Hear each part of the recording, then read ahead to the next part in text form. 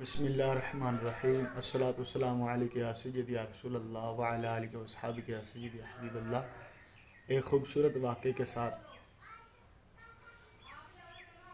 جناب سیدنا عمر فاروق رضی اللہ تعالیٰ عنہ مال غنیمت آیا، اور جناب سیدنا فاروق اعظم رضی اللہ تعالیٰ عنہ آپ کے پاس 2 چادریں تھیں۔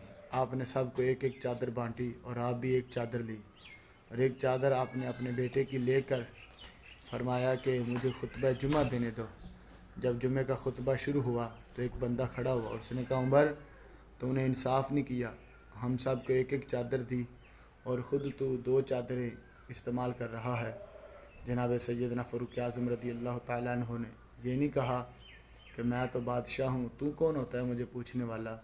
وہ سیدنا فاروق اعظم جس کے ڈر سے شیطان بھی رستہ بدل لیتا ہے، اور آج اتنے بڑے وقت کا امیر المؤمنین ہو اور سامنے بندہ کھڑا ہو جائے جناب سیدنا فاروق اعظم رضی اللہ تعالیٰ عنہ، آپ نے فرمایا میرا بیٹا کدھر ہے؟ جب بیٹا کھڑا ہوا تو فرمایا بتاؤ یہ دوسری چادر کس کی ہے؟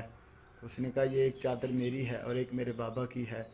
اور جب اس نے سنا تو اس کی آنکھوں میں آنسو آ گئے اور کہنے لگے، اے عمر، جب آپ جیسا بادشاہ ہو تو کبھی بھی جو ہے نا کوئی بچہ بھوکا نہیں سو سکتا۔ تو وہ سیدنا فاروق اعظم رضی اللہ تعالیٰ عنہ جس کے کہنے پر دریائے نیل چل پڑا، اور وہ سیدنا فاروق اعظم رضی اللہ تعالیٰ عنہ کہ جس کے کہنے پر بیت المقدس فتح ہوا، آج اس جیسے حکمران کی ہمیں ضرورت ہے۔